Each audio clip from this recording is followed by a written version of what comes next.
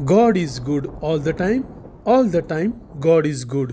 मित्र हो, 2024 वर्ष झाली तरी इस्रायली यहुदी लोक येशू ख्रिस्ताला मसीहा, देवाचा पुत्र, प्रभू परमेश्वर म्हणून स्वीकार करत नाहीत. यहुदी प्रभू येशू ख्रिस्ताचा स्वीकार का करत नाहीत? मित्र हो, हा प्रश्न कितीतरी यहुदी लोकांना विचारण्यात आला. काही यहुदी लोकांनी सांगितलं की आम्हाला येशूची गरज नाही. काही जण म्हणतात की 3 कारण आहेत. काही जण म्हणतात की 6 कारण आहेत. पण खरे कारण म्हणजे परमेश्वराने त्यांना पाहू न शकणारे डोळे, ऐकू न शकणारे कान त्यांना दिले आहेत. यशाया चॅप्टर 6 वर्स 9 आणि 10 पहा. तो म्हणाला, जा ह्या लोकांना सांग की ऐकत रहा पण समजू नका, पाहत रहा पण जाणू नका. ह्या लोकांनी डोळ्याने पाहून, कानाने ऐकून व मनाने समजून माझ्याकडे वळून सुधारू नये म्हणून त्यांचे हृदय जड कर, त्यांचे कान बधीर कर व त्यांचे डोळे चिपडे कर. योहान चॅप्टर 12 वर्स 37 to 40 पहा. त्याने म्हणजे प्रभू येशूने त्यांच्या समोर म्हणजे इस्रायली यहुदी लोकांच्या समोर इतकी चिन्हे केली असताही त्यांनी त्याच्यावर विश्वास ठेवला नाही. हे ह्यासाठी झाले की यशाया संदेष्टाने जे वचन सांगितले होते ते पूर्ण व्हावे. ते असे, प्रभू आम्ही ऐकलेल्या वार्तेवर कोणी विश्वास ठेवला आहे? परमेश्वराचा भुज म्हणजे प्रभू येशू कोणास प्रकट झाला आहे? ह्यामुळे त्यांना विश्वास ठेवता आला नाही. ह्या कारणाने यशाया आणखी म्हणाला, त्यांनी डोळ्याने पाहू नये, अंतःकरणाने समजू नये, वळू नये व मी त्यांना बरे करू नये. म्हणून त्याने त्यांचे डोळे आंधळे केले व त्यांचे अंतःकरण कठीण केले आहे. परमेश्वराने यहुदी लोकांचे अंतःकरण का कठीण केले आहे? मित्र हो, इथे जरा लक्ष द्या. यशाया चॅप्टर 11 वर्स 12 पहा.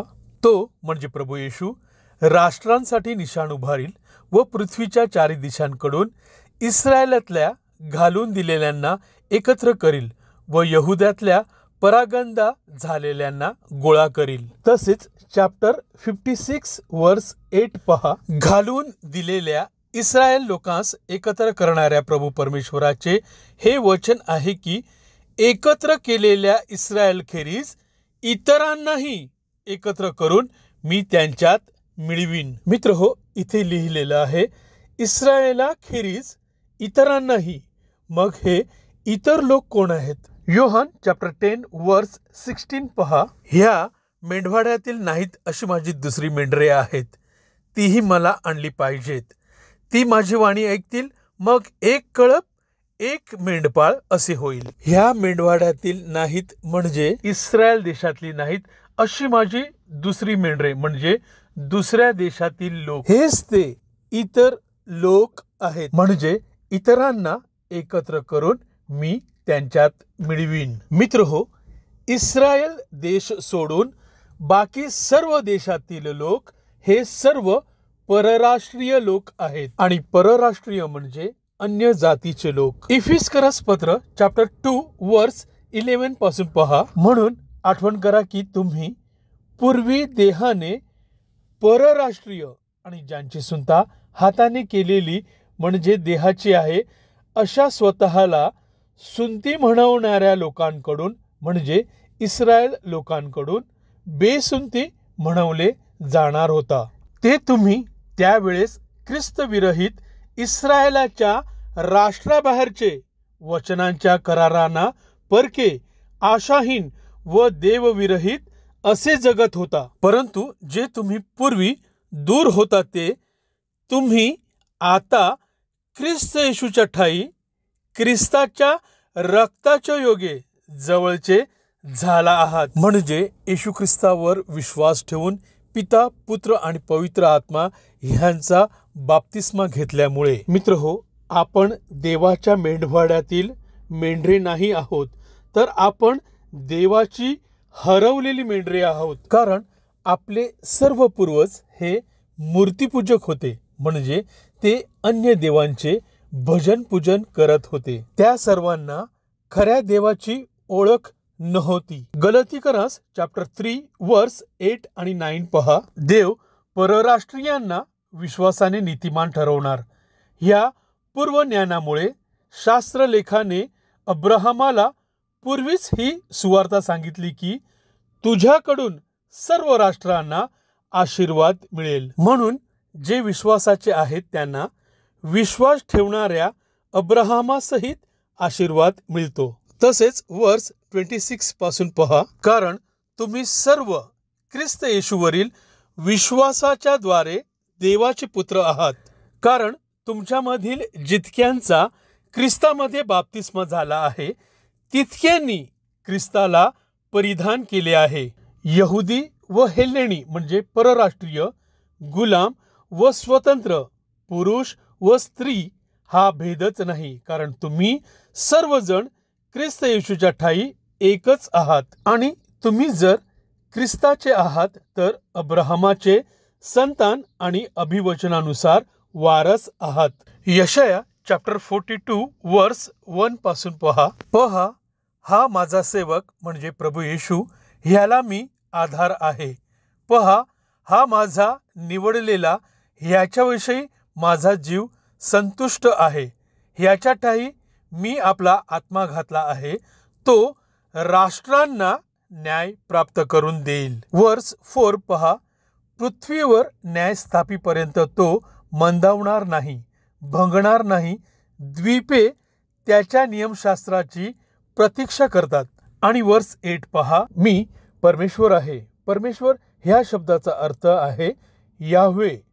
हे माझे नाम आहे. मी आपले गौरव दुसऱ्यास म्हणजे दुसऱ्या देवांना देऊ देणार नाही. मी आपली प्रशंसा मूर्तींना म्हणजे अन्य देवांना प्राप्त होऊ देणार नाही. मित्र हो, आपले पूर्वज मूर्तीपूजक असल्यामुळे म्हणजे अन्य देवांचे भजन पूजन करत असल्यामुळे आपण सर्व देवविरहित, आशाहीन, ख्रिस्तविरहित असे जगत होतो. जोपर्यंत त्यांना प्रभू येशू ख्रिस्ताची ओळख नव्हती तोपर्यंत आपण सर्व अन्य देवांची पूजा करणारे परराष्ट्रीय देवाच्या कृपेपासून दूर होतो. मूर्तीपूजक म्हणजे जिवंत देवाला सोडून अन्य देवांना पूजणे, याला मूर्तीपूजा म्हणतात. येशू ख्रिस्ताच्या प्रतिमेला किंवा आई मरियेच्या प्रतिमेला पूजणे म्हणजे मूर्तीपूजा नाही. रोमकरास पत्र चॅप्टर 11 वर्स 8 पासून पहा,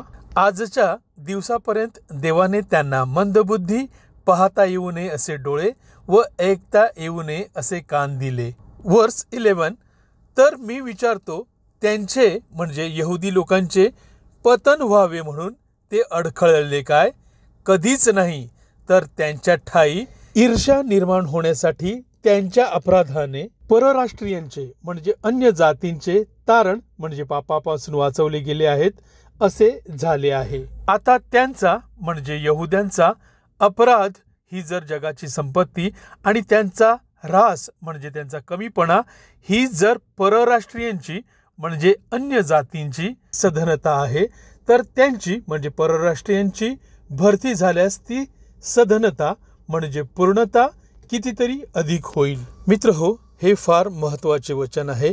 ह्या वचनाकडे जरा लक्ष द्या. बंधुजन हो, तुम्ही आपणाला शहाणे समजू नये म्हणून ह्या रहस्याविषयी तुम्ही अजाण असावे अशी माझी इच्छा नाही. ते रहस्य हे की परराष्ट्रीयांचा म्हणजे अन्य जातींचा जे पहिले प्रभू येशू ख्रिस्ताला मानत नव्हते, आता त्यांनी परमेश्वराचा स्वीकार केला आहेत ते लोक. परराष्ट्रीयांचा भरणा आत येईपर्यंत इस्रायल लोक अंशतः कोडगे झाले आहेत. ह्या रीतीने सर्व इस्रायल लोकांचे तारण होईल.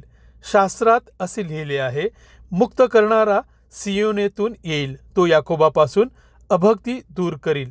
जेव्हा मी त्यांची पापे हरण करीन तेव्हा त्यांच्याबरोबर हाच माझा करार होईल. सुवार्तेच्या दृष्टीने पाहता तुमच्यामुळे ते शत्रू आहेत, परंतु निवडीच्या दृष्टीने पाहता पूर्वजांमुळे प्रियजन आहेत. ज्याप्रमाणे पूर्वी तुम्ही देवाची अवज्ञा करत होता, परंतु आता तुम्हाला त्यांच्या म्हणजे यहुद्यांच्या आज्ञाभंगाने दया प्राप्त झाली आहे. त्या सर्वांवर दया करावी म्हणून देवाने त्या सर्वांना आज्ञाभंगाच्या कोंडवाड्यात कोंडून ठेवले आहे. पहिला करंथी चॅप्टर 2 वर्स 7 आणि 8 पहा.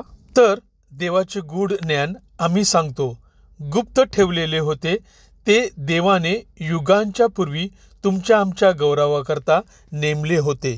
ते ह्या युगातल्या अधिकाऱ्यांतील कोणाला कळले नव्हते, कारण त्यांना ते कळले असते तर त्यांनी गौरवाच्या प्रभूला वधस्तंभावर खिळले नसते. आणि जर प्रभूला वधस्तंभावर खिळले नसते तर जगातील कोणताही मनुष्य देवाच्या क्रोधापासून वाचवला गेला नसता. रोमकरास पत्र चॅप्टर 5 वर्स 8 आणि 9 पहा. परंतु देव आपल्यावरच्या स्वतःच्या प्रीतीचे प्रमाण हे देतो की आपण पापी असतानाच ख्रिस्त आपल्यासाठी मरण पावला, तर आता त्याच्या म्हणजे प्रभू येशूच्या रक्ताने नीतिमान ठरवण्यात आल्यामुळे आपण विशेष करून त्याच्या म्हणजे प्रभू येशू ख्रिस्ताच्या द्वारे देवाच्या क्रोधापासून तारले जाणार आहोत. आता परमेश्वराने त्यांचे डोळे उघडण्यास सुरुवात केली आहे, म्हणजे अन्य जातींचा म्हणजे परराष्ट्रीयांचा भरणा